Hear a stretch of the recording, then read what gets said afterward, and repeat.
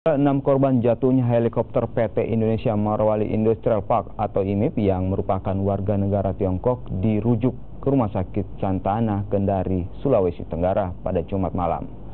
Namun pada Sabtu pagi 21 April 2018, ke-6 korban kembali diterbangkan ke Jakarta untuk mendapat perawatan intensif. Ke-6 warga negara asing korban jatuhnya heli di Kabupaten Marwali, 1 diantaranya adalah perempuan. Ke-6 korban yang sebelumnya sempat mendapat perawatan di Rumah Sakit Santa Ana, Kendari harus dirujuk ke Jakarta menggunakan pesawat komersial. Pihak PT IMIP juga belum mengetahui secara pasti apakah ke-6 korban akan menjalani perawatan di rumah sakit di Jakarta atau langsung diterbangkan ke negara asalnya yakni Tiongkok.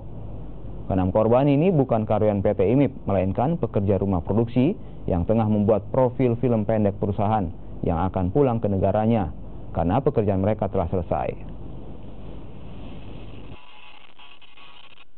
Kita belum dapat konfirmasi untuk tujuan, tapi kita bergerak untuk dari Kendari. Iya, mereka mau dibawa ke Jakarta atau bagaimana? Rencana Jakarta. Jakarta langsung. Ya, hari ini ya? Kami masih belum dapat konfirmasi, kemungkinan hari ini.